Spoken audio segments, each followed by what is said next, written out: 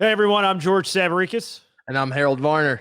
and we're the co-host of Rippin It. Before we start this week's episode, we want to give a shout out to a couple of our very special sponsors. Harold, this is the ultimate backyard game, especially if you're a golfer. Chippo. I've played it with buddies. It is the perfect game when you're outside just enjoying the summer. Yeah, it's going to be fun for obviously my kids soon and obviously for adult beverages. Nothing better than to have a few of those on the line as you're making some bets with buddies. If you want to get your own Chippo, we have the special promo code Ripping It for 15% off. Go to chippogolf.com. Harold, I know I personally suck at putting and couldn't be more excited to put the perfect practice to use. I know there are a number of guys on tour have used it.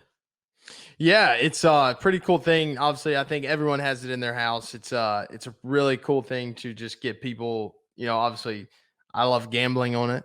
There's no gambling at Bushwood, but it's a great fun feature of the household. The perfect practice is a need if you're just starting at golf, recreational guy like myself, even for pros on the PGA Tour. We have a special promo code to get you 15% off. It's Ripping It. Go to perfectpractice.golf to get yours today. Welcome back for another week of Ripping It, episode number 8 now. George Savaricas with HV3. Very special guest. This was a cool interview, kind of wide-ranging. Anthony Dirrell, two-time WBC super middleweight champ, also a golf addict. But before we get to him, the week that was in Charlotte, I know an important tournament to you with the Wells Fargo Championship. We're taping this before the end, about an hour until the finish right now. Rory McIlroy leading. And Harold, it's hectic kind of Mother's Day, so we're kind of trying to knock this out on the fly. What happened in Charlotte? I know the fans want to know. Just basically didn't play well overall, but never thought I was going to miss about one. When I was out there, I didn't think it was very close, but obviously gave it all. I love, playing in front of people that I feel like love me a lot, and I've always said that I think it takes a village to raise a kid, and most of the people there have been a part of that, my upbringing and my journey. So it's just, it's so much fun, and the buzz is back, and there's a lot of fans out there, so that was super. That was good. It's been a while. I mean, there's been fans, but it was loud this past week, so just didn't go my way. And it's golf, and I'll get back on the horse, and we'll get ready for the PGA. Was that a different type of energy? Yeah, I mean, for me, it definitely was, just because that many people watching on a Thursday. I mean, if you're in the last group, it's totally different. So for those you can't see, Harold, you're in a car right now. Where exactly? I'm at home base in Miami, and then back on the road next week, actually working for Sky Sports. So I'll be at the Byron Nelson back on the PGA Tour. But yeah, what are you up to right now? I am up to nothing. I just came to see my mom, and I bought a 1955 Chevrolet Bel Air, and I just might cruising around town. What?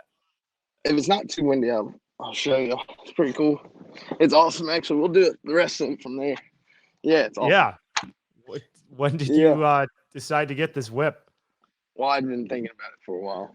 I didn't even know that was on your radar. Oh, I don't have to tell anybody. Just what I want to do. Yeah. Fair. That's fair. Damn. Yeah. It's awesome. Man, if you're listening to this podcast, you got to hop on YouTube right now because that's pretty badass. Yeah, it's awesome. I'll show you when I get in. Yeah, that's it. All right, hop in it.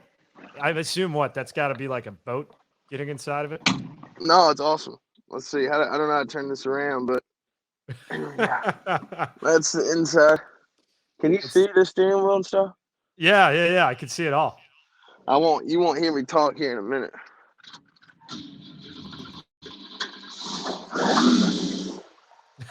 Yeah, it's awesome. Hear that kitty purr, baby. So I went on a cruising this a few times and just hung out. Nothing too crazy. Didn't get back to the golf course, obviously, but it's been good. George, I mean, obviously you've been to Byron Nelson, but I've never been there ever. You've never played that tournament, or where they're moving it this year to the new venue? Both. I've never been to that tournament. Never. What? Yeah. I'm Hard shocked. to believe. Yeah, Well, that's been one you've always skipped. always. Just because we usually play a lot in the Carolinas, and that's the next one, and usually, yeah, it's weird, huh? Yeah, people Yeah, don't that's even know that. wild. Yeah. That's so my like first year traveling with the tour, 2014, worked Nelson when it was at TPC Las Colinas, and that 17th hole, not quite like 17 at Honda, but sneaky up there as far as holes that get rowdy.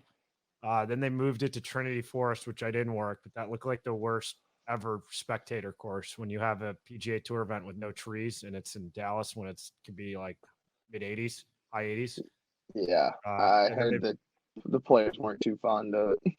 well, yeah, I mean, you have what's supposed to be a design that's going to play firm and fast in the spring in Dallas when there's heat thunderstorms all the time. It just didn't make any sense. Now it's a TPC Craig Ranch. I've heard good things. 30 minutes north of Dallas. Haven't been. Shout out to our producer Alex Muirhead. Actually lives right around there. Oh, okay. So I was supposed to grab dinner with him and kind of get the lowdown on what to expect. But I'll be filling in for Sky Sports so my family in Greece can actually watch me next week. But you only see this mug in Europe and not in the US, which is totally random. It seems like And you're getting paid for it, and that's all that matters, really. hey, euros, pounds, US dollars, Yeah, whatever, I'm in. gold Speaking of jacket, green jacket, who gives a shit? speaking of getting paid, some pretty big news, and it came out as our last episode dropped on Rippin It. And you had mentioned there's a meeting with Jay Mahan, Players Advisory Council, and the guys on Tuesday. Premier Golf League and the Super Golf League, which are two different entities, making a big push, saying they're going to guarantee $30 to $50 million. Seems like the Premier Golf League kind of has more legs to it. Were you in that meeting on Tuesday with the commission? What was the takeaway?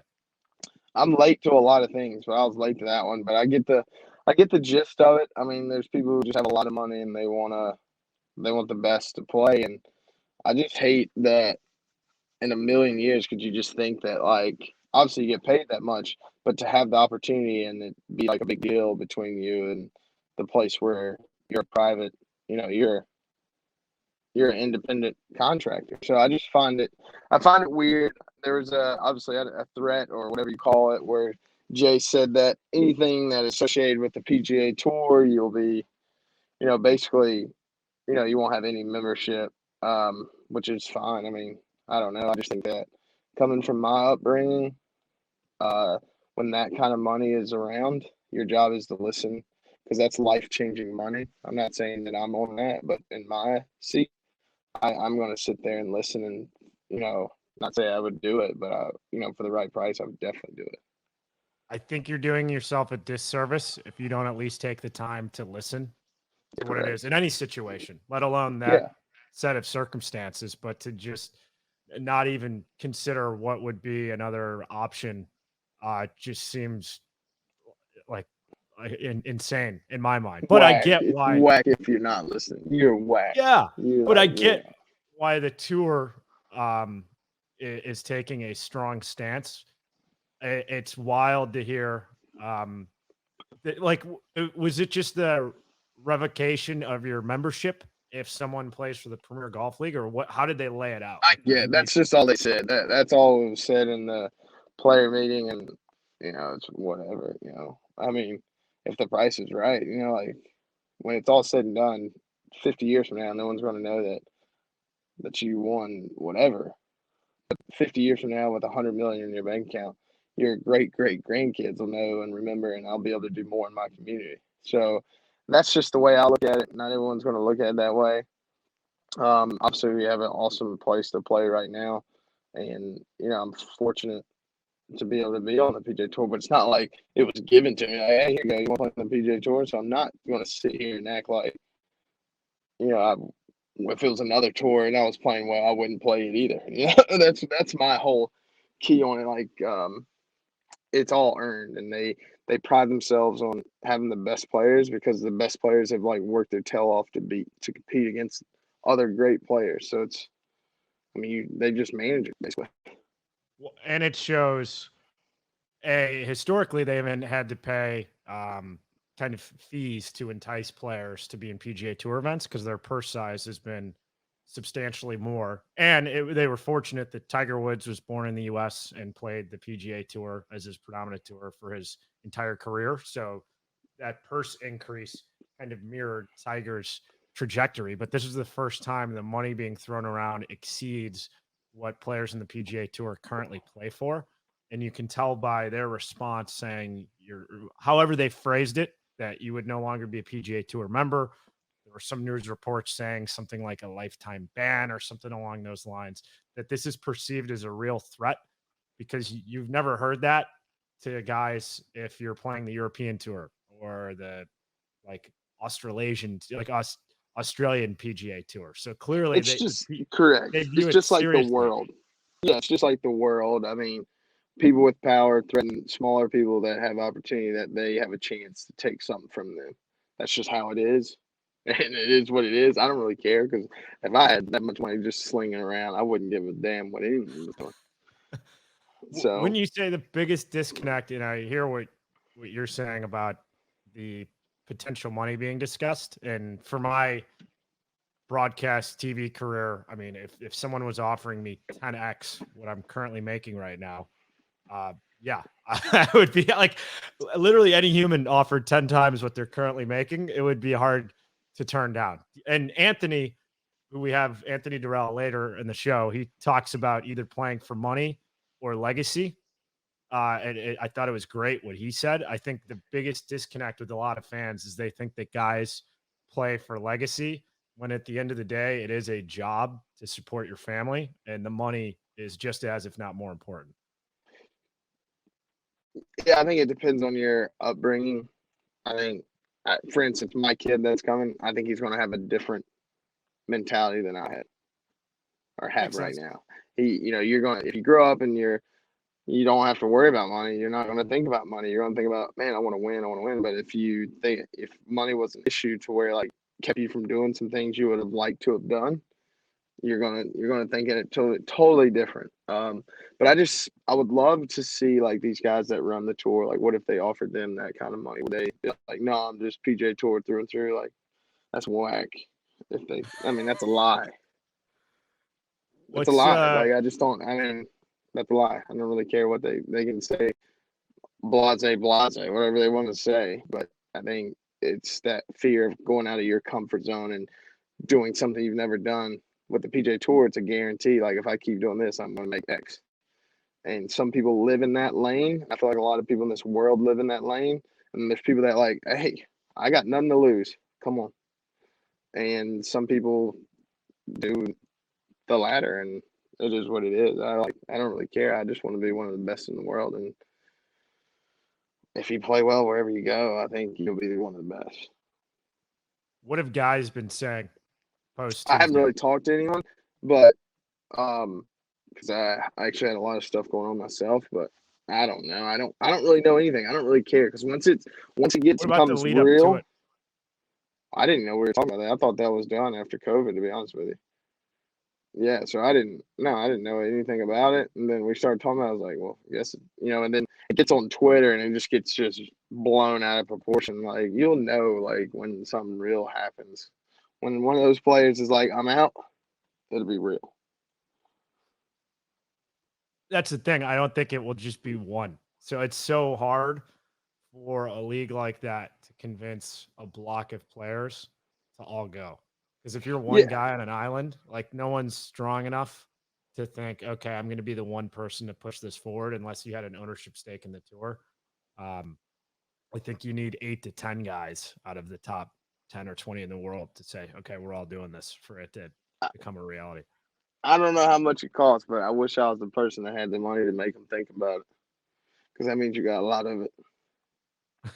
I think it's perfect example. It's just like the Ricky Gervais guy, whatever he said it. He basically said it. I mean, it's to the T. He's like, everyone wants to shit on Saudi, shit on everyone else, and like, I'd never do that. But as soon as there's some opportunity there for your client to make money, that phone call is ringing. You're doing whatever it takes to make sure your client gets that money before anyone else does. It's the same way the PGA Tour does. As soon as they see a logo, or there's a logo on the PGA Tour, they're calling, just phone them in, like, that means they got money in golf. And just the way it is. I just hate when people beat around the bush and like, oh, that's not how it works. No, that's how it works, man. Just fact. What if you're a fan at home and curious, just hearing these conversations, what % chance do you think that this actually happens? Premier Golf See, League the plays best it- thing, plays the an actual coolest event. the coolest thing about the tour though in general is that everyone moves in silence. Like you're going to walk on the range and say this, blase, blase, whatever. But people don't, like it'll just happen, and it's just not the same in other leagues. Or, you know what I'm saying. But I would Yeah, no, say I'm I picking would up what you're say laying down. Other leagues have unions. 15%. Yeah, about that. So no, but that's why it's easier to hear their public messaging versus Yeah. independent contractors, like you said, to get a group of people aligned. It's tough. But sorry, I cut you off there. You said No, what percent? I'd say 10% from what I know of it. I just didn't think it was going to ever happen after COVID, to be honest with And I've talked with golf industry people within the last 2 to 3 weeks, and they're saying this is way more serious than you think, and they're going to make an aggressive push. And I kept poo-pooing it and being like, okay, yeah, there's no chance this is ever going to happen. I'd push it to 5, maybe 10%, you. Yeah, I mean, but still, all it takes Slim. is 2% of the fields to agree, though, to make that. You know what I mean? Like that's Yeah. the beauty of it. It's like it doesn't take many people; it just takes the right people. A good thing for the players, though. It's always good to have options. I agree. You ain't got to tell me twice. So you said busy week for you. You've officially announced HV4.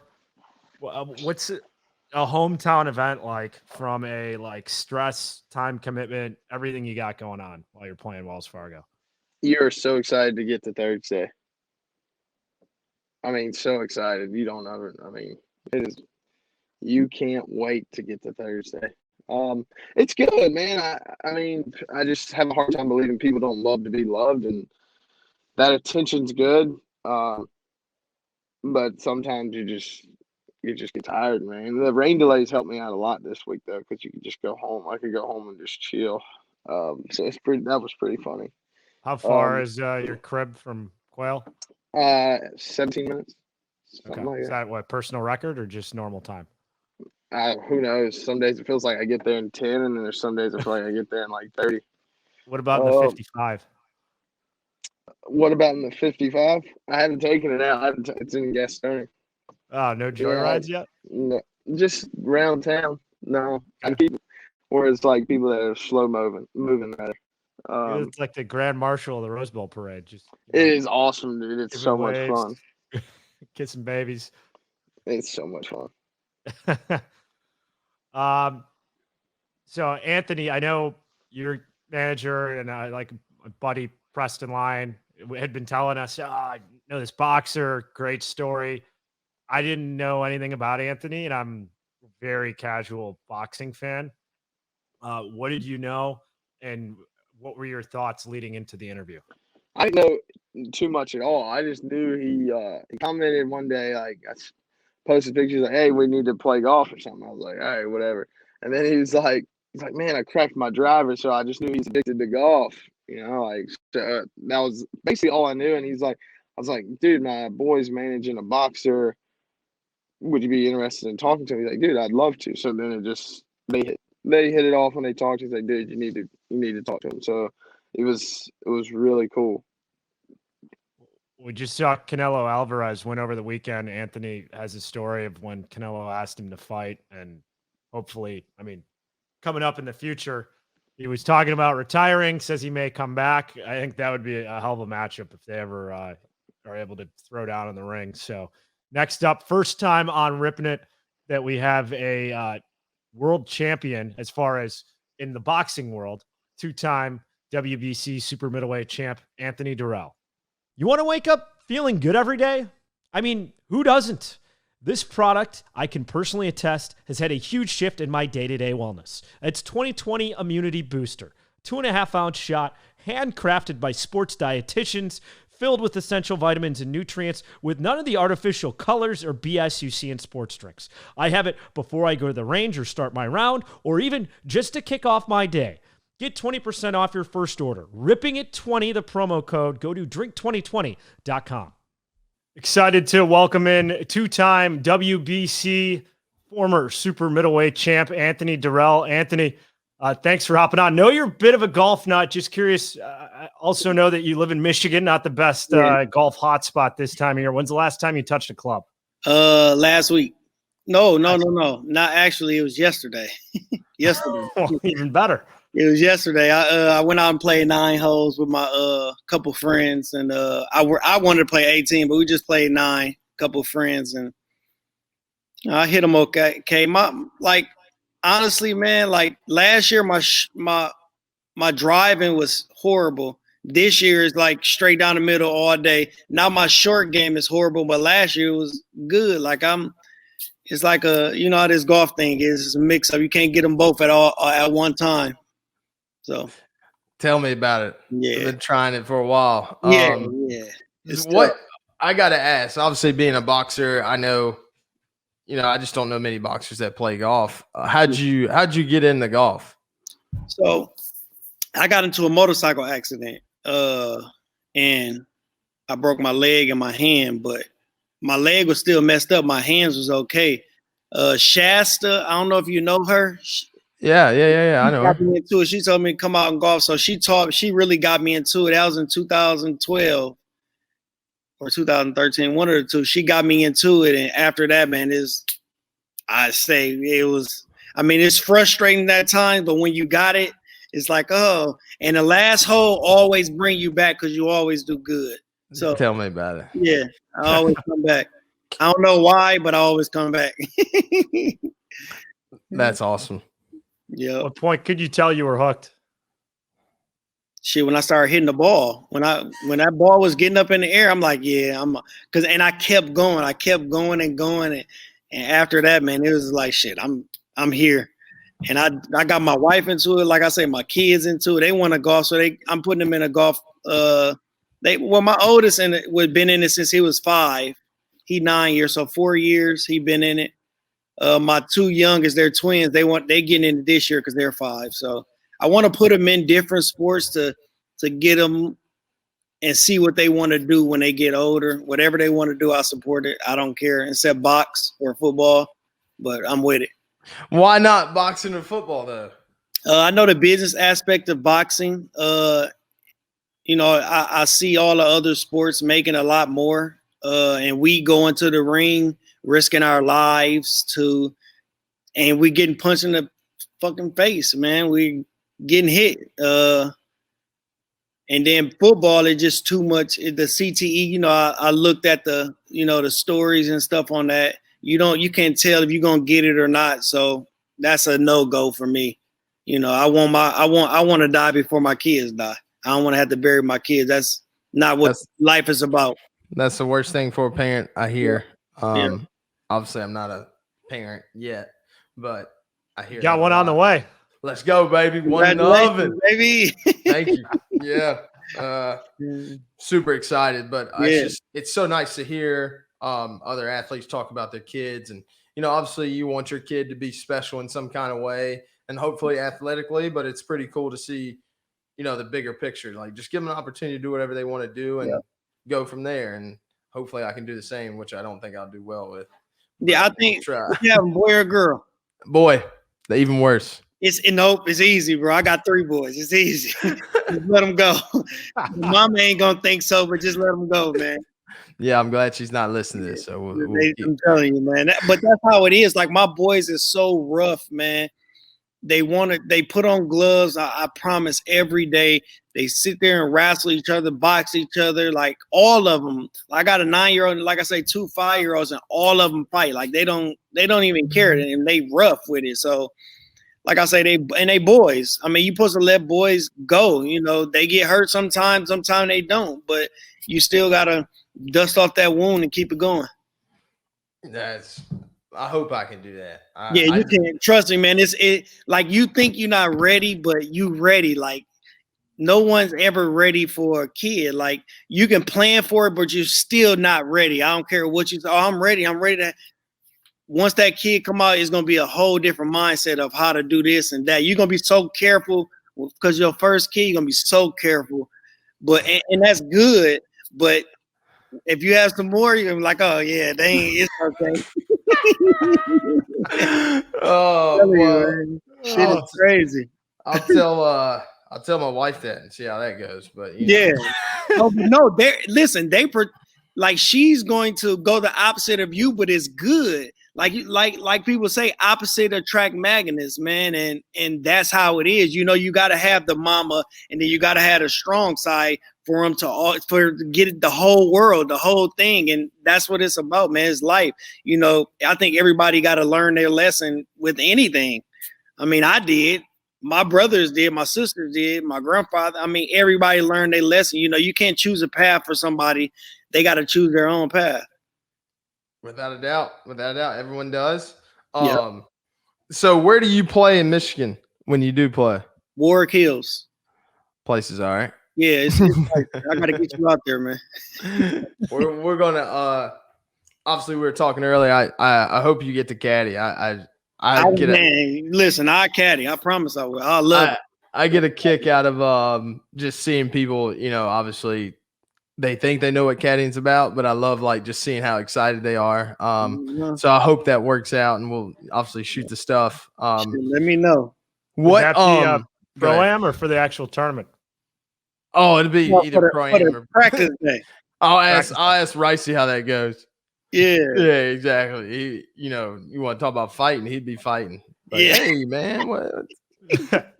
He'd be Anthony, pissed. You were saying how your kids kind of box each other and play still at a young age. I mean, you come from a boxing family. Your brother Andre was Olympic bronze medalist. And I mean, that was a big part of your story growing up and kind of molding you into who you are today. It's rare to have two brothers at that skill level. How much did you guys feed off of each other as you were getting your start in your boxing career? All the time. We were going to the gym, man. I promise it would be some days we were box 20 minutes straight, 30 minutes straight. My granddaddy would literally have to go in there and break us up just because we're so competitive with one another, and we wanted to, of course, push each other and see how far we can go. And the first person that quit was just, we won that day or we beat his ass that day or whatnot. But like I say, we wanted to push each other and get each other to where we know we can be. We did it all the time. We don't do it so much now. The last time I got in the ring, when it was my last training camp, actually, but it wasn't like when we was younger. It was different because I guess we're older, we're more technical, and we try to work on the things that we need to work on. But it was good to get back in there, especially with somebody that fast. I think he's one of the fastest people I ever boxed. Damn. Right. That's nuts. Is your brother in the golf? No. I'm the only one in the family and beside my kids that's into golf. Yeah. You gotta take them out there. It's gonna be a long day, but you gotta take them out there. I don't got the patience for it. How that is. I don't got the patience for that. No comment. I don't got the patience for it. Like my auntie keeps saying, I want to go out and look fun. Once they get out there and can't get that ball in there, they be like, I ain't coming back to this shit. Not today. Yeah, I'm going. Hey, I didn't go to the golf course today. Out there. Yeah. That's awesome. So obviously you're a fighter, but let's talk about the real fight. Having cancer. I know it's I didn't know about it. Obviously some people told me, but tell me what that's like. Obviously my dad had cancer, and just seeing the stuff that he, went through. I think, people say like the biggest thing that I heard before is like, oh, this person has cancer, blah, blah, blah. You don't really know until it like hits home. And, when I heard my dad had cancer, I was like, no, he doesn't. I didn't even believe it. And, I think being an athlete, like I don't consider golfers athletes, but you're a legit athlete. Like, you do? Hell yeah. Hell All yeah. right, I give you Wow. props on Well, that. I went to Pebble because I won a tournament and me and my boy went to Pebble and played Pebble. We walked that. Yeah, that's athlete. If you gotta walk that youth tour the next day and we gotta play again the next day, yeah, that's athlete. Well, Lord, Harold, that's one for us. I differ, but Okay, forget what? it. I'm outside looking in, but when I had cancer, it was hard, man. It was when I first known I had it, I was in Vegas training for a training camp, and I had sharp pains in my chest, and I stopped running at that time, went back home, and then went to the gym just because I thought it was just some acid reflux or just some building up in there that it'd just go away, and then start coming back when I went to the gym. So they say, yeah, you might need to go get that checked out, but I didn't. I say, all right, I just rest up again. My brother said, if it hurt again, we're going to the hospital. So we're in a store, walking down the aisle.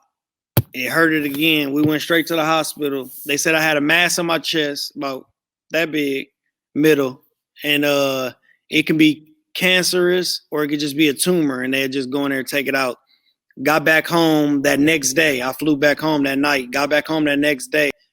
We did a biopsy probably the week after, and it was cancer. So they said they gave me two options. They can cut my chest open and get it out, or we could do chemotherapy and radiation. I didn't want nobody messing with my chest. That shit, I don't think I would have been the same after that. Somebody cutting my chest bone open, and then I gotta want to be back and fighting. But so I did the chemotherapy and radiation. I did that since 2000. I was in all of it was 2 years. It was 2006 to 2008. I was 21 years old or 22 or some shit like that. Damn. And yeah, it was hard, man. It was the hardest shit I ever had to go through in my life, bro. I don't wish that shit up on nobody.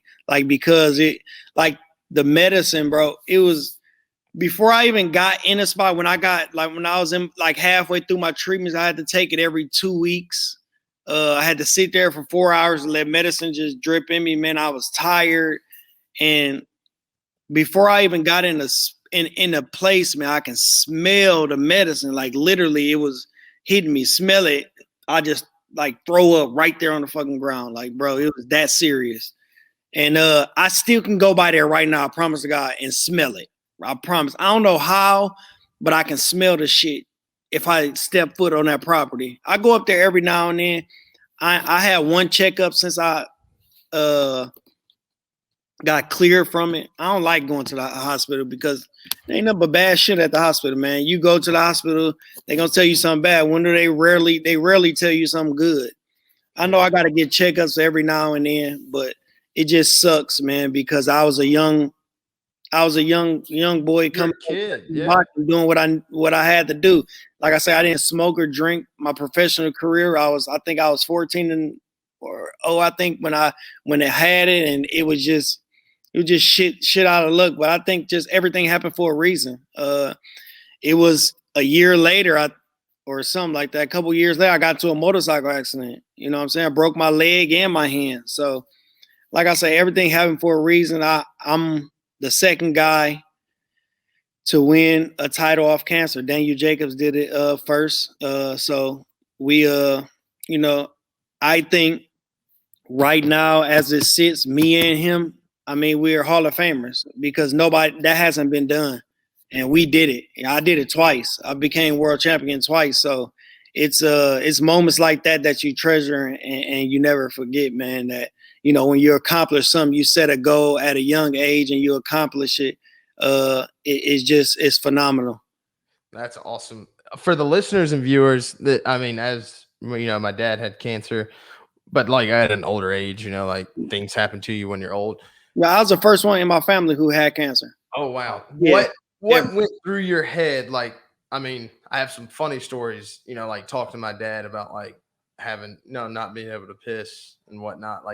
Those are the funny things, but I was in college, so I couldn't ask him day to day, how you feeling, whatnot. Yeah. But as a 21-year-old at the time, what went through your head? What do you think? Because you went from I mean, I would say the best shape. That I mean, 21, you're kind of you're in your prime. You're floating on the clouds. Like, man, I'm working out. I'm gonna beat everyone's ass. Like, that's what mentally, obviously, mental state you're in when it happened, and what got you through it.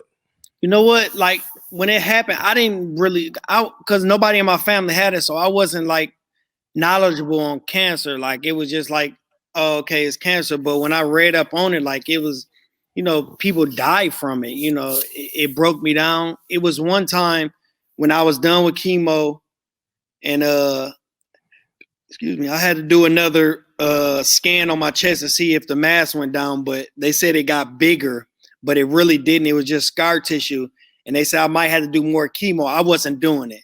Like I cried right then and there, man, bro. It's that hard. Like for a 21-year-old to say they can't do it no more, like it's really that hard, man. And I just wasn't doing it. But what got me through is just family, friends, always being there, man. I read a book when I had cancer. They say a lady had cancer, never took no medicine, chemo, none of that. She read funny books, watched funny movies, and around just funny people. I promise. I guess in good spirit. And 6 months later, she went back to the doctor, and cancer was gone. So that's why I always tell people never stop living your day-to-day life, especially when you got cancer. And I know it's hard. I'm not gonna say don't stop or just keep doing it every day because I know it's hard. I had it. But you got to keep doing your day-to-day things because sometimes it's a mind thing. And once you get through that and you keep doing it, your body get used to it and acclimated to it. And then you can just keep going and going and going. But just keep funny people around you and keep reading funny stuff, looking at funny things or read. Just like I say, don't stay in the house because once you're in the house in the dark, you're going to be depressed. So get out and live your day-to-day life. Anthony, I totally agree with that. And I've had, unfortunately, a couple like close family members who have passed from cancer, but there are like studies that I've read where if you have a positive mental attitude and that type of environment versus if you're like just staying at home and have a negative attitude, that just is the control factor. The people who have a positive outlook have a higher likelihood of beating cancer or extending like their life expectancy. It's amazing. Yeah. It sounds easy on paper. It's so hard to do in person. And you're kind of like a living testament of the perseverance it takes day to day when you're going through the grind and the shit and you just think it's a complete dead end to like summon that inner courage. To me, it's amazing to see that, let alone like what you've been able to do in a boxing ring. Like that's almost secondary. Yeah, like I say, man, it's it is the hardest thing I ever had to do, man. I wouldn't want to do it again. Like I wouldn't wish that on my worst enemy. I don't got no enemies, but I wouldn't wish it upon them. You got no enemies in the ring? Nah, not really. In the ring, yeah, they all enemies. They trying to come get me. But on the outside, nah. Well, have you had people reach out to you that either were like cancer survivors or it's rare to see an athlete go through that and then reach the pinnacle of their sport. So I'm just curious. And the crazy thing is like I wanted my story to be, heard by a lot of people. Like I want to write a book. When I'm done, I want to write a book. You should. Just tell them about my life story. Like I promise I called SportsCenter or ESPN or whoever, after I won my championship and told them my story. They just didn't take it, man. And they can take stuff about birds and bees and you know what I'm saying? Like it was crazy because it was a kid growing up, had cancer and came back and won a world title and they didn't want to touch it. I just never understood it. Like and that was just me trying to get my story out and telling people that anything is possible. I set my goal at a young age. Are you going to have obstacles in your way when you do the shit? Yeah, of course, everybody does. But you can't dwell on them obstacles. You gotta keep going and persevering and reach your goal, man, that you set as a kid. That's why I really wanted for them to pick up the story, but they just never did. They told me right on the phone, no, we're all right. We got better things or some shit like that. I don't know. No, it is what it is, though. Damn, dude, I just got goosebumps. because that attitude is what's important in life. And, you know, obviously it's important. I've never had cancer, but you can tell that like just having a good attitude and, you know, believing in that something good's going to happen can obviously change, you know, change the direction of your life. So I love hearing that, but I never thought it'd relate to cancer. You know, you try to tell kids all the time, like, hey man, something good's going to happen all the time. I believe in that. And if you do the right thing, good things happen. Yep. Without a doubt. I agree 100%. You're Anthony, I know you're 33-2-2. You've been close to retiring, and then like the last 2-3 years retired, another fight. The last fight was a split decision back in February against Tyrone Davis. Yeah, bullshit. I just was gonna say your thoughts, and then it was good. I think I controlled the whole fight, especially with him. I think I controlled the whole fight. I think I dictated the pace, everything. It was one round where I really wanted him. I took it. I ain't gonna say take it off, but I wanted him to engage with me, but he just never would. So I had to go at him or whatever. But he ran the whole time. I mean, I thought it was a boxing match, not a track meet. But like I say, it is what it is. He survived. I guess he did what he had to do to get a draw. I'm not looking at, you know, my thing. Boxing needs changes. I think every other sport has changed, but boxing. I think boxing needs. I'm not gonna say you replays too, but like it's so many old people that haven't boxed before that's judging fights. I think it needs to be an iPad right in front of them where they'll. Like if my back is turned towards a judge and he can't see me hit him with punches, but if you got that iPad in front of you, you look at that iPad, you can see it. I think that'd be better for a lot of people, and they will get more of the fights correct because it's a lot of bullshit and politics in boxing, man. It's terrible. They need to call the fights how they supposed to go. It's just horrible, man. You know. If you go back and look at the comments under the picture on PBC, it's how didn't he win that fight? I got people in my comments. That's why I don't watch boxing. Boxing is a fucking joke. Like this is what people are saying about our sport. Like, and we're still happy with it. Like we can't be happy. We need change, and because in time things change, and every other thing changed, but us. We need it. We don't even have a fucking union. I was just about to ask. Union. We don't even have a union. We have nobody looking out for us but us. Me. That's it. I'm the team. Me.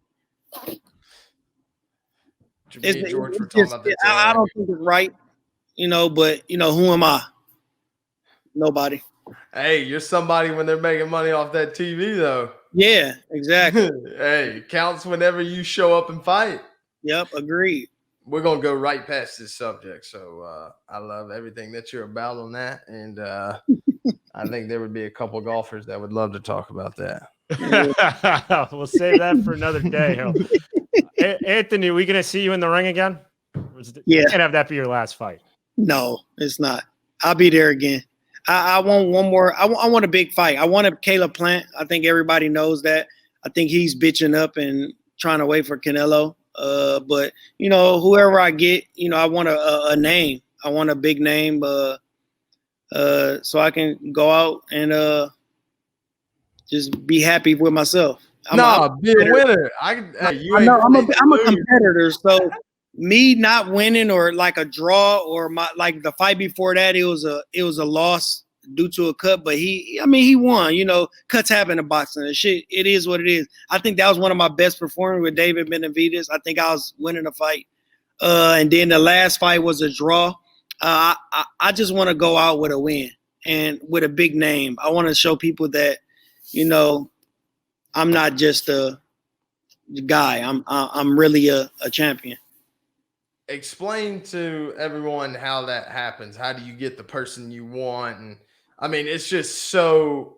I think it's terrible, to be honest with you. It's tough, man. It's honestly is because you gotta understand some money come in the issue. It's where at, you know, if they want to fight, how many rounds they want to fight.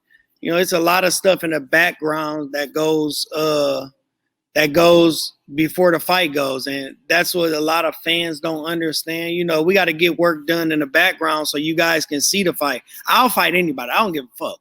Like, put me in there with them, give me a payday, and I'll fight them. And people say, like, people always ask me, money or legacy. If I'm doing a 9 to 5 in the office, I'm going for the money, period. And if I'm in that fucking ring, I'm going for the money. Fuck my legacy. Like, my legacy gonna come when it come. It's just the truth. I'm doing it for the money. Like, it's just the truth. Like, I'm being honest right now. I'm not gonna go to work and say, oh, I'm typing on this keyboard to get my legacy. No, I'm gonna type on this keyboard to get paid. It's just the truth. True. It's just true. You want to win a golf tournament. I mean, of course, the legacy is going to come if you do what you make it correct. It's going to come. You going out there to get the first place and then get the payday. That's what we're going out there for. We got a family to support. My legacy is not going to help me support my family at the end of the day. What's going to help me support that family is money. Truth. Yeah, and you ain't gonna get that money by people hate me because I'm so blunt and talk like how I want to talk. Like, I don't care. Like, but that's just the truth. I just hate when people say, "Oh man, I don't care about the money." You do. What the fuck? Don't get paid. Then tell them they don't gotta pay you this fight. They gonna say hell no. Like, it's just the truth. That's how it is, man. In boxing, people is so fucking cornballs, bugging. They fucking terrible, bro. Telling you, man. That's so true. Yeah, it's just terrible because if you don't care about the money, tell them that they don't gotta pay you this fight and just fight for your legacy. Yeah, they won't fight. Yeah. You gotta understand, man. I'm in camp. My last camp was 3 months. I was away from my family for 3 fucking months. So out of the year, bro, I'm spending a half a year away from my family. That's crazy. That's unheard of. But you want to do it you're doing it for the money. You ain't away from your family for no fucking legacy. You away from your family because you're going to get paid at the end of the day. Golly. Like I say, my legacy going to be there, man. If I'm doing what I'm supposed to do in that ring, the legacy is going to be there. But at the end of the day, like Floyd said, this is a check cashing business, period. Period. Check cashing business. I love it. I might try that. Yep, check cashing business. I know you and Floyd both use what? Al as a promoter? Yep. You guys have a promoter. He's an advisor, and he's been damn good, man. He's taught me a lot of things, especially in the sport of boxing. He's been, he's fair. I think that's why he has so many fighters. He's just fair. And that's another thing with boxing. I think it just need to be one. How many promoters or something they got in UFC? One. NFL, one. Boxing, one. I mean, boxing, 100. NBA, one. Like, in it, you can keep going 1, 1, 1. But once you get to boxing, it's 100 promoters want to screw fighters over. I don't think Al do that. I think he's flipping the script and paying people and giving them what they're worth, man, honestly, at the end of the day. You and Floyd hang much or have much overlap? Well, I know Floyd. I've been to his house a few times. When we see each other, we speak, but we don't do no hanging. Got it. Is he exactly what he is on Instagram? I don't even follow him on Instagram, honestly. Damn, he's crazy. I don't. With Floyd, man, he got a good heart. I think people think he's arrogant because he flashes money, but Floyd is Floyd. He got a good heart, man. At the end of the day, I think he helps a lot of people. He always used to. I think he still does feed the homeless, especially in Las Vegas. He's a good guy, man. At the end of the day, you can't say nothing bad about Floyd. He did what he was supposed to do and got where he was supposed to get because of the hard work. Yeah, no one can question his hard work. No, especially since he videotaped it. I mean, yeah, you can't even say whatever you want. Yeah. Would you ever want a piece of Canelo? I do. I call him. His fight when he fought. Who the fuck did he fight? He fought somebody. They called me, but it was only 5 weeks before the fight. I got 20 pounds to lose. I'm not fucking fighting you in 5 weeks, man. You got to give me an 8-week camp, like always. But it just didn't go through because I didn't want to. I'm not going to fight you in 5 weeks. Like, I can't even prepare in 5 weeks. Give me an 8-week camp and we can talk. Dang, just the details of each Crazy. fight is just insane. Yeah, it's like I say, it's a lot that go behind. People just think you should just take the fight just cause. Like, no, man.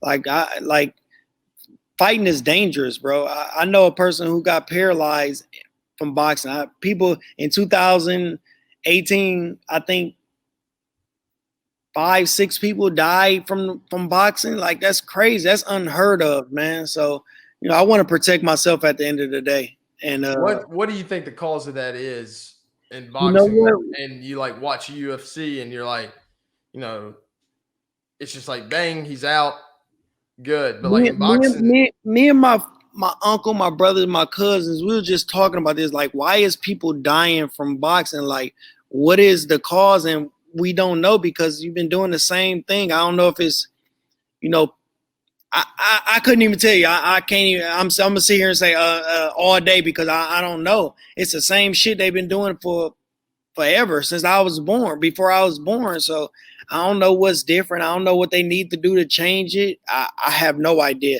I mean, I think they're making moves at it by having people do the shuffle all the way around the ring, but I think that's what it takes, especially from somebody not to die from boxing again. But it's tragic, man, especially when you see your sport and people dying from it. I mean, you don't see basketball, people dying from basketball or, football or something like that. They get paralyzed but not die. These people are dying. So we need to, like I say, this comes back to my thing. We need changes.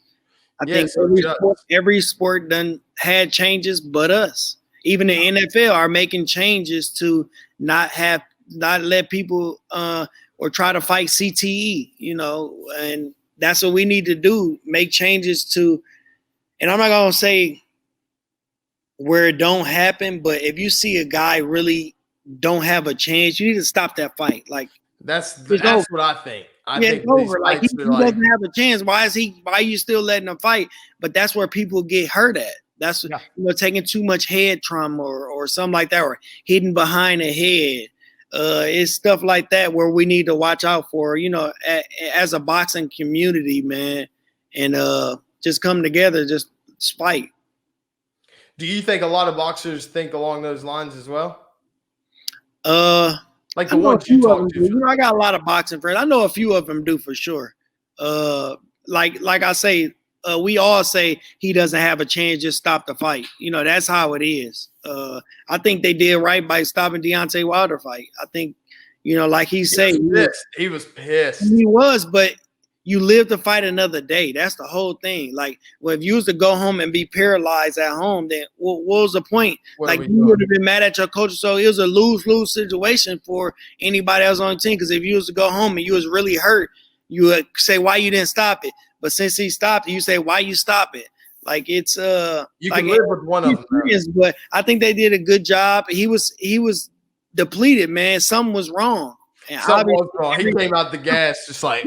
Obviously, everybody can tell because he doesn't fight like that. Deontay is a warrior. He never got hit that much, but like I say, he still lived to fight another day. Is he going to come back? I think so, and I think he'll come back better than he did before. That's awesome. I always wondered that. Like, seeing boxers die is kind of it's unheard of in my eyes. Like, from what I don't even before that. Like, I don't even know the last time I've seen somebody die. Like, I couldn't tell you. They just all died in bunches. Like, what the hell is going on? Like, what's the problem? A boxing question, and a guy that you met who's, a lot of people consider the greatest ever, Muhammad Ali. And you actually got to spend time in his home with your brother. Mm-hmm. What was that experience like? I think everybody really, that know of Ali really wanted to meet Ali. He was like, if you look at video, he was that same guy. Like, he would sit there and play jokes on you. He still trained. He had to punch a bag. He still was in the back punching the bag. He still ran. He was do magic tricks right there in front of you. Like, he was the same Ali. He just couldn't talk, but you still knew what he was saying or what he was doing. It was a surreal feeling, especially being around the greatest, man, the GOAT, for sure. How did that come about? You know, like So obviously I've met Tiger and I've met MJ, right. So but my grandfather, I'm gonna show you a picture if I can. It should be in my favorites. But my grandfather used to box with Ali. So No way, really? right here, Ali and my grandfather. That's my mom on this side. That's my mom right there. That's my uncle down here. This is one of them times right there. That's my cousin. He boxes now. Ali, like he's the same guy. Like that was at a baseball game. So it was surreal. Ali came to visit my grandfather in prison. He came to my grandfather's house in Flint. Like they were friends, like close friends. And when he seen that he was at the gate in Barron Spring, when Ali did live in Barron Spring, Michigan, he rode out there himself and let him in. It's crazy. that is awesome. Yeah. How did what did you take from Ali? Like, you know, obviously you meet these people and you wanna learn from them, but like there's always one thing that sticks out, you know, like Right. You know what? When I still watch Ali's fights. Still, I watch a lot of old people fights, older days. It's a little bit better than now, I think.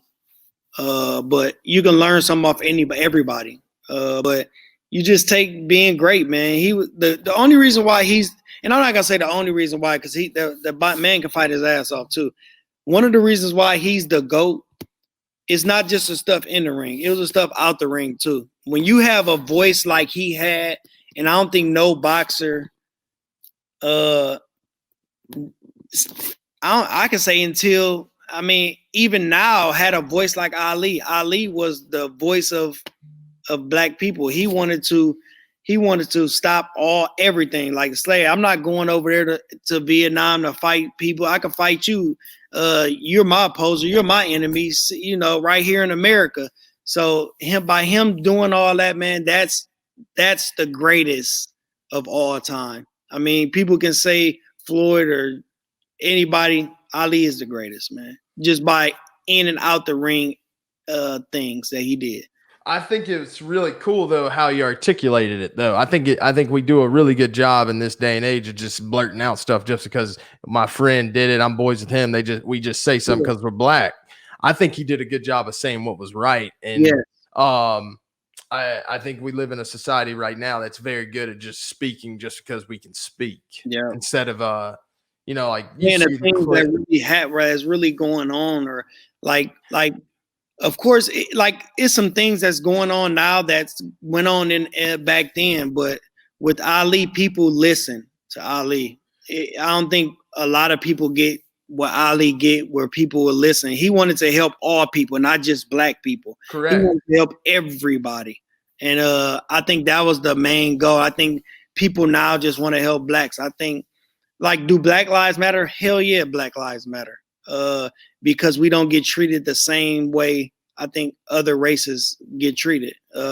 We need equality, man. We need, you know, people like us to step up and say something. And I always did. I don't mind speaking my mind. I'm gonna give it to you straight, no gravy. You know, want your mashed potatoes? Here you go.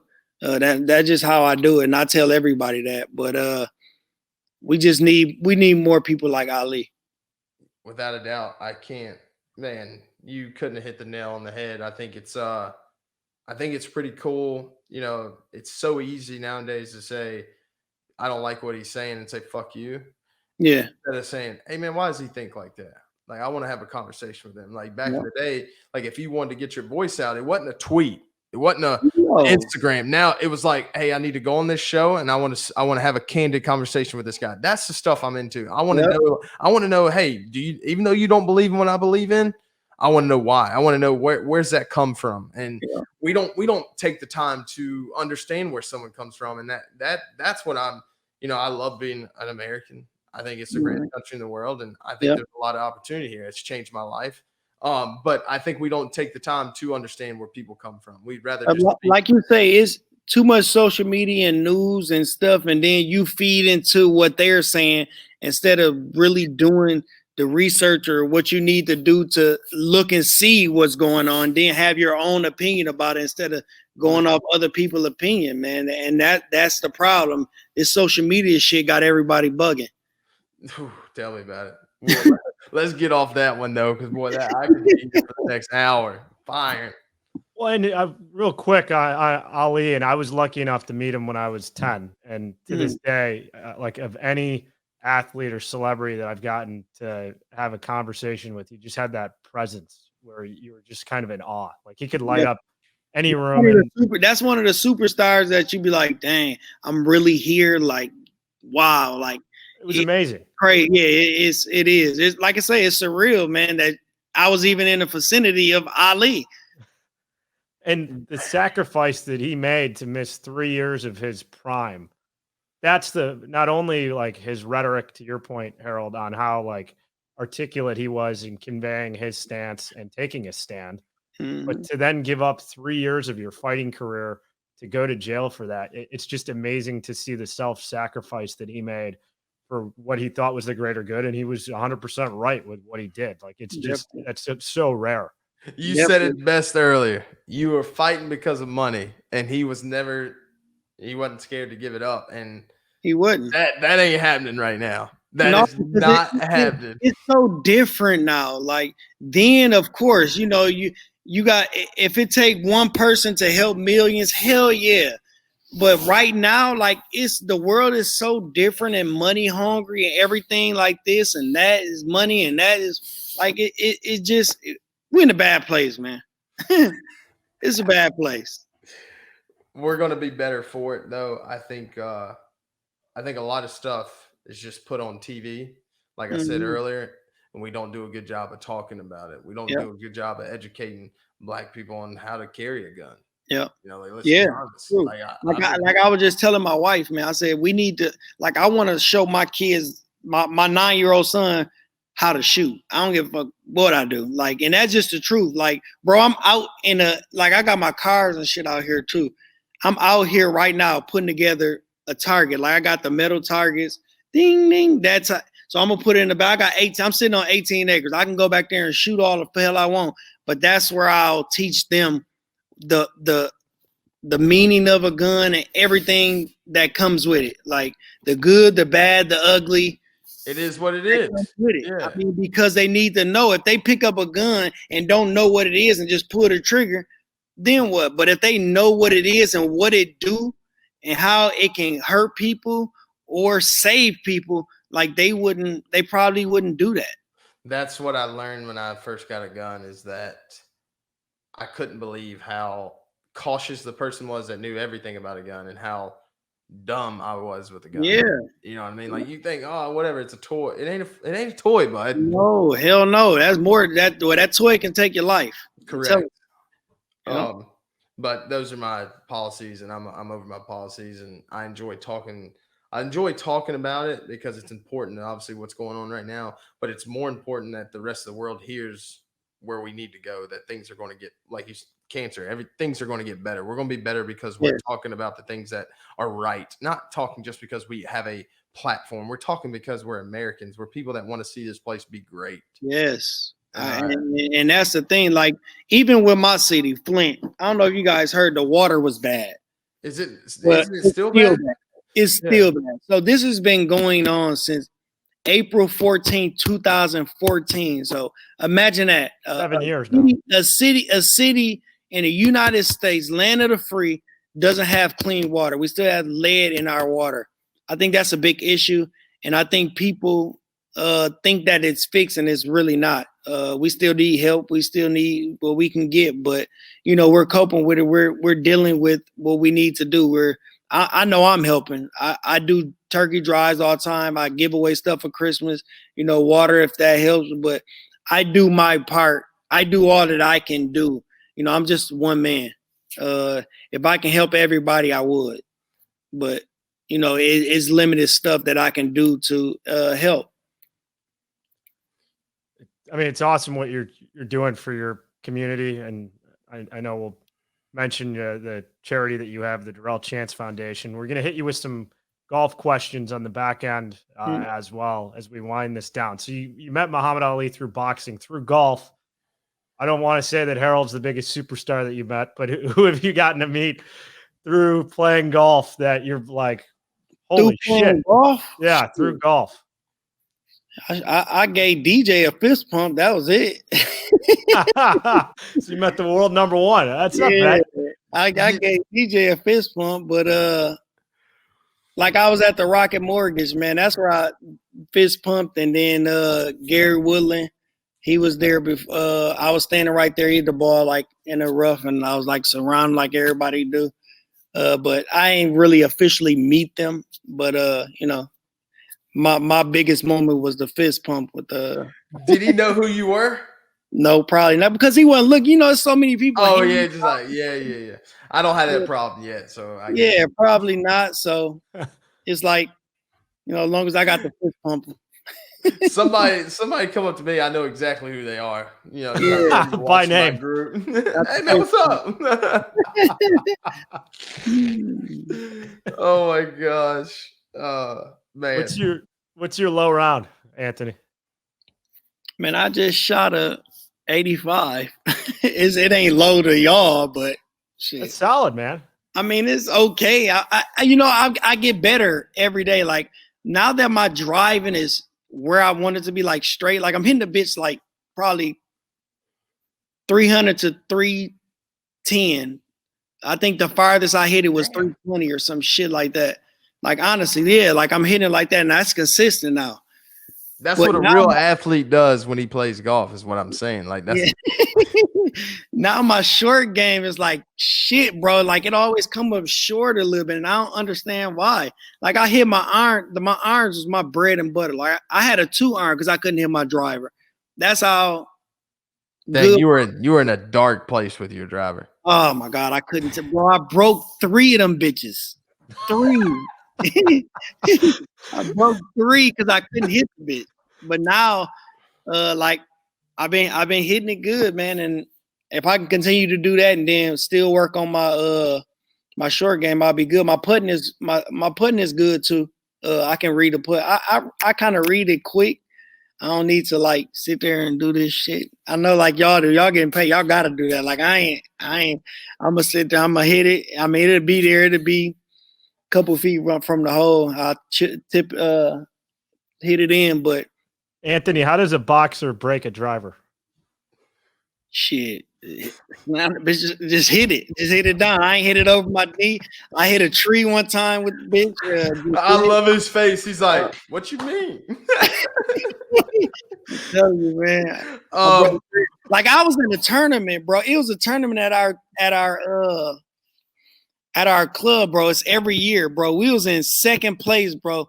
And it was fucking me up because we like I had teammates. I had a teammate. Bro, the first day we was like fucking 13 under or some shit like that. Second day we played decent and we was still there. The third day it was so fucked up. I had to go the rest of my time without my fucking driver.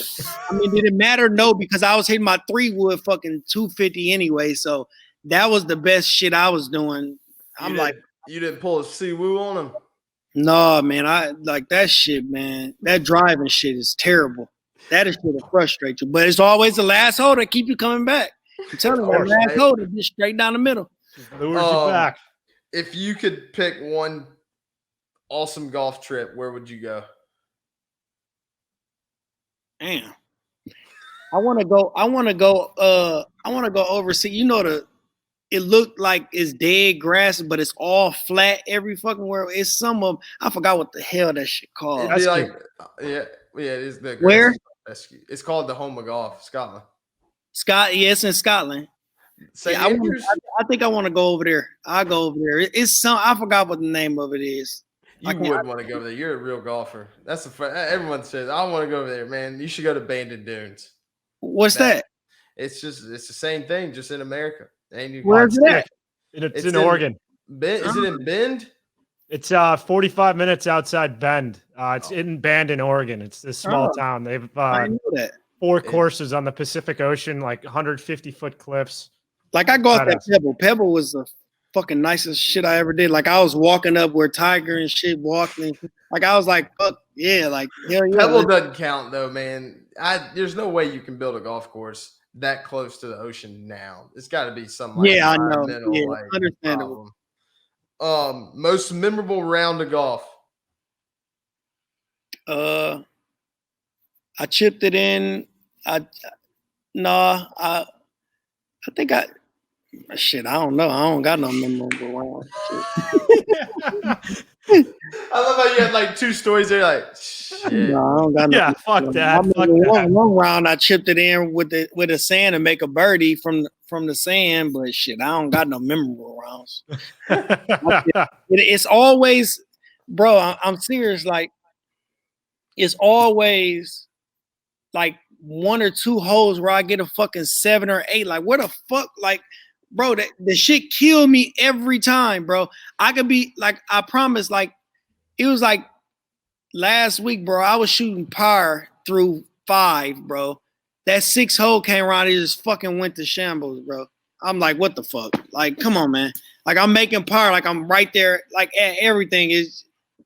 Par 3s is good too for me. Like, I love par 3. Like, I'm mad I ain't getting no fucking hole in one. Like, I hit the pin and the bitch bounced all the way to the fucking.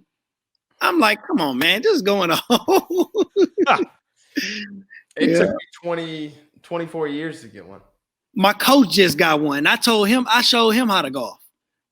Oh, you mad? 197 yards with a fucking 5-iron.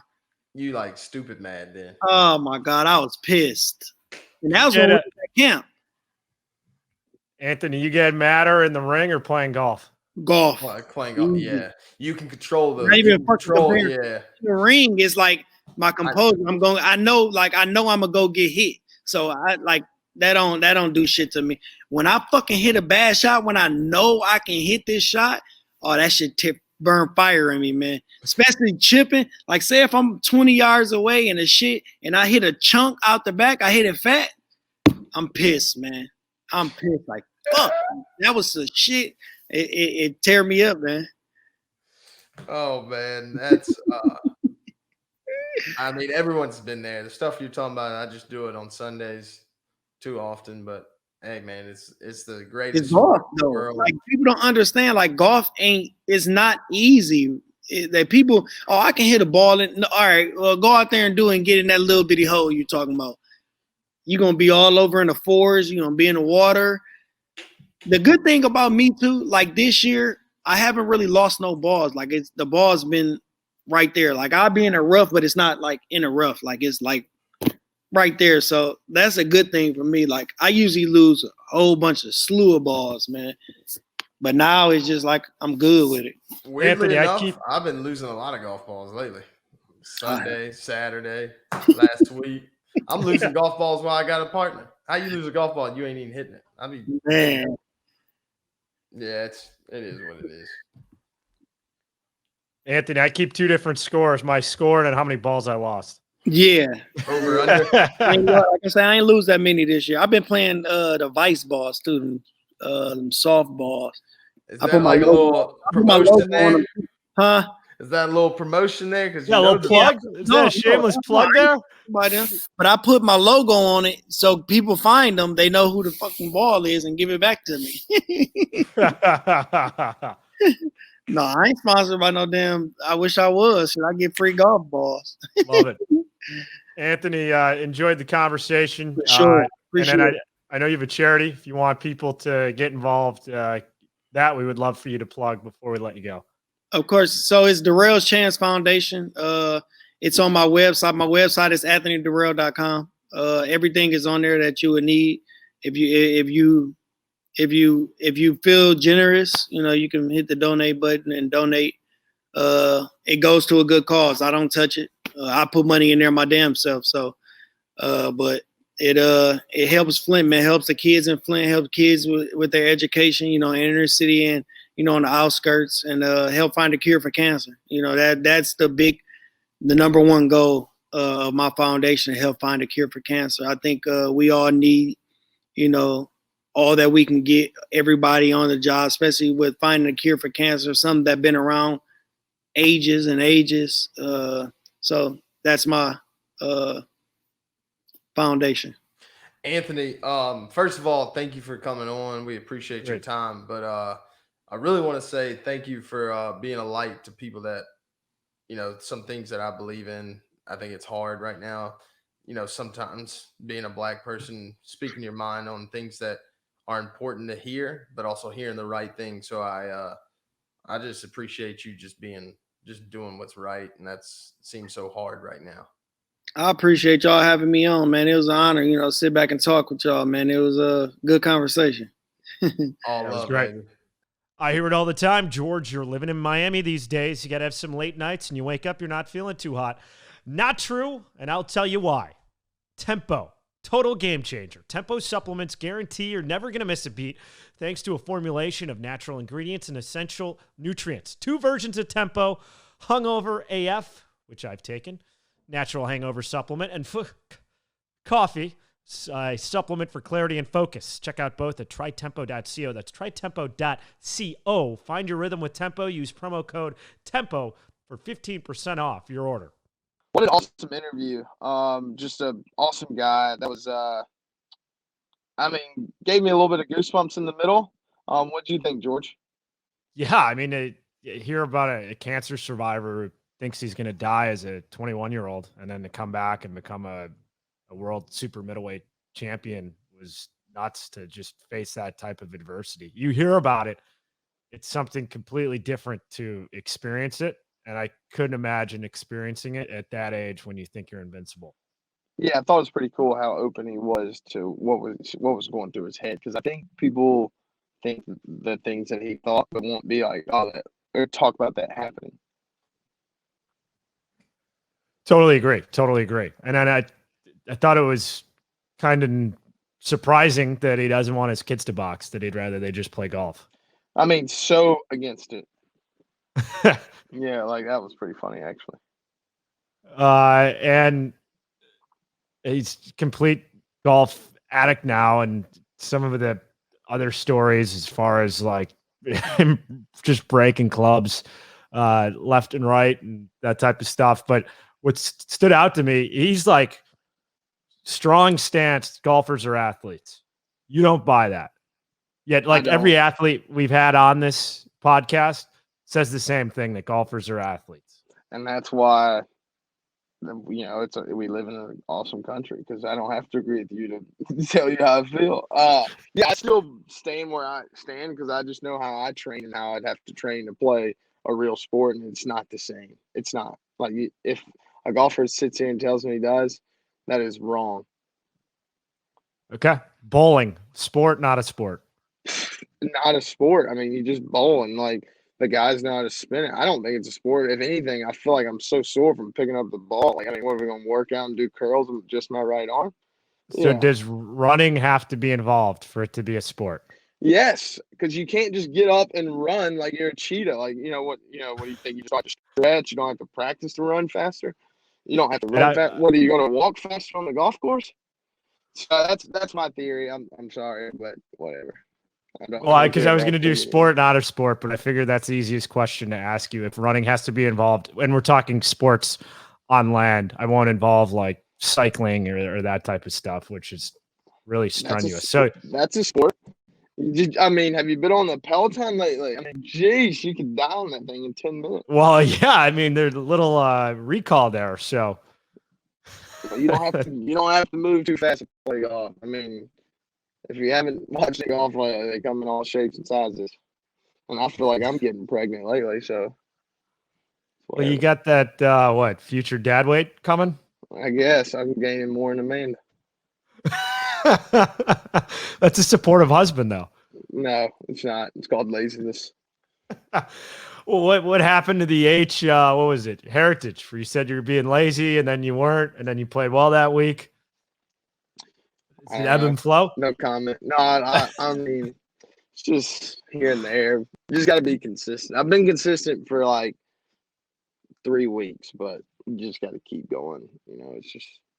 But it's just not the same. Like if you're training for a fight, you don't get to take a week off. For sure. You take a week off, you're getting your ass kicked. Correct. Your health and safety is in danger. The only thing that scares me about my health and safety on the PGA Tour is nothing. Maybe rolling my ankle in a hole somewhere. from Yeah, where the I hit my Finau. T-balls. Oh, he didn't even go in the. I mean, he was just in the fairway. Oh God, just thinking of that. It's hard to visual even was- watch it. Yeah. Oh, to pop that back in too. And Tony, I've played basketball with him actually at the Nelson 4 or 5 years ago. And he and Daniel Summerhays were playing horse and we were shooting around, and then he started like throwing down some dunks, and it was just he wasn't going too hard because he didn't want to roll any ankles, but he's a crazy athlete. Like the golfers get these BS analogies to like, oh, he looks like a football player, like the Kepka. It's like Brooks would be a like holder in the NFL. Like does not have the physique to be a linebacker or a safety. Tony that's like actually lifetime. That's a lifetime work ethic. Like that's not like we're gonna work out for the year and see if we can be an athlete today. Yeah, that's my point exactly. But Tony is actually an athlete. When you see him on a basketball court, you're like, damn, okay, this guy's legit. Good for him. I look like a little stump in the way. We still have our wager. I already I forgot. gotta see it. Over under. You said we had it at 9 out of 23s. Oh, I'd crush it. That was our over under. You said over 9. I'd crush it. As long as it's not NBA or college, I'd crush it. No, we'll do college, right? Well, I mean, we We're ain't doing going to high NBA. school? I can't even get the ball there. Where's the nearest gym to you? Do you ever have a place to shoot around? I got a place right here, but you couldn't shoot today. It's super windy. I'll need Preston to video this, and we'll do a live stream and work it in because we got some All right. cheddar on this bet. We I made did that like one 2 day months of ago. practice.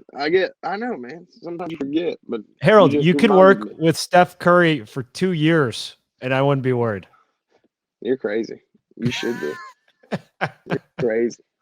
No chance. I've already read the scouting report on your game. You can read all the scouting. They can't read this heart and this mind because if I think I can do it, I'll find a way to do it. Wells Fargo about to wrap up. 2 holes to go. Rory's up by 2.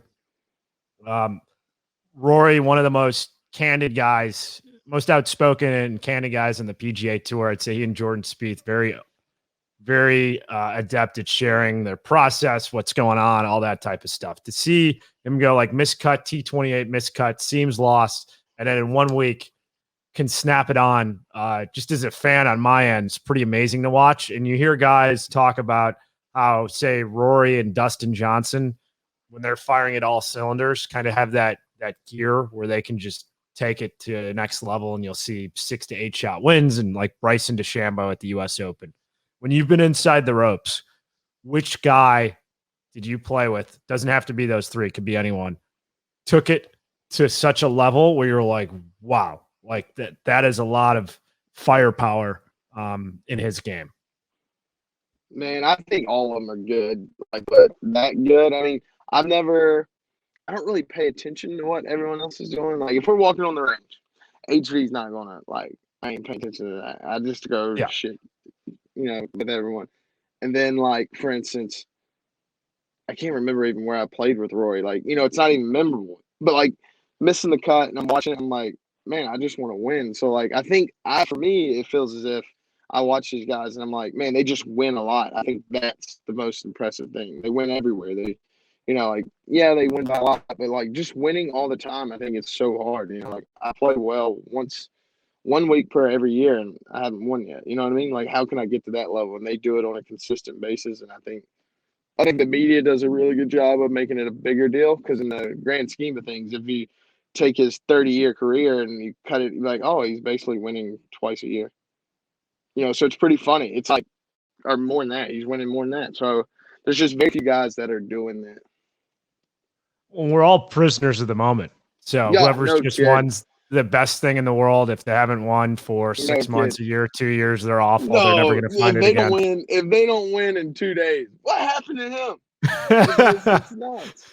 Keeps me employed, though. But I do get, when you're filling that much golf discussion around the clock, 365, 24/7, there are times you're stretching things to as much as you can. That's how you're squeezing it. It's like you're taking the oranges and you're just trying to squeeze a little OJ. little glass. Yeah, that's how hard our sport is to talk about, if that tells you anything. What, for the fan listening and for those watching a tournament at home, what's it like inside the ropes?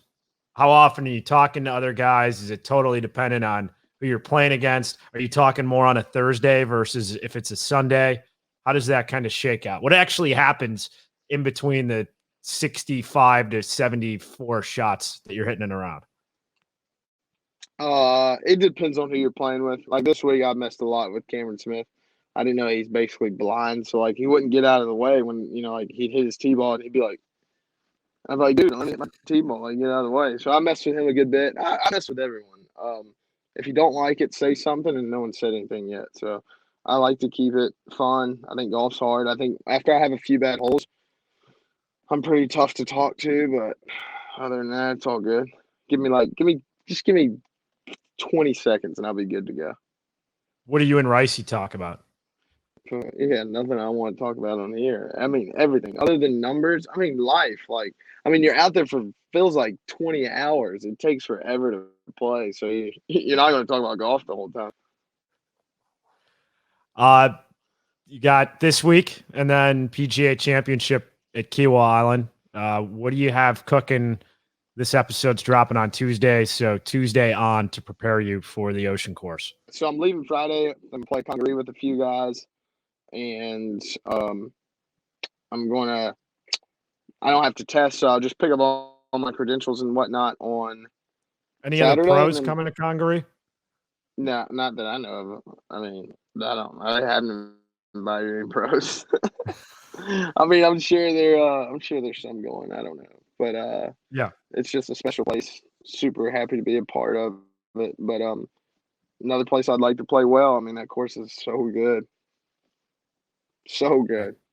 Course is pure. That's an event that I'm working next month for Golf Channel, and then PGA Championship. It's crazy. I'm working for ESPN. They sent me an at-home studio, so I'm doing feature groups all week, and we'll be doing it from the HQ in South Beach, Miami Beach. I mean, doesn't sound bad to me. I mean, the commute from my bedroom to the studio is about 30 feet. So that part doesn't suck. It's always nice being on site. But I would somehow show up late to that. I got caught in traffic. Yeah, a foot in my eyes. As you lead into the PGA Championship, I mean, that's the major that if you had the real major. The final. But I mean, where you're in the final group and the one that people associate you with from a couple of years ago, your mindset is you gear up for that, given that, I mean, you've been in the mix before at the PGA. Yeah, it's a great opportunity to do something great, do something that, like I said earlier, I want to be one of the best, and the best in the world are going to be there. It gives me an opportunity by being at that event. I'm not really sure how I played last year, but it's whatever. I'm ready to compete. I feel like I'm getting better. I'm playing well. I just didn't play well this week, and I'll keep working until I get the job done. And I like my chances a lot. I've played Kiawah a few times, Ocean Course. Know a few people down there, so it won't be at home, but it'll be close. Where do you rate that 19th hole on the patio? Last time I was there, I didn't see it. I walked right by it. So, I mean, it's got to be pretty good.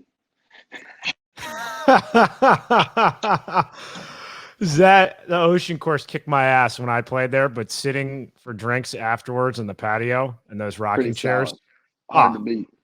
Amazing. It's going to be cool. It's going to be cool to see, man. And enjoy the time with the fam, getting your game ready. Hopefully Congaree tunes you up a little, and we'll wrap next week as you get ready for the PGA. Peace. Sounds good, brother. You be good. You too.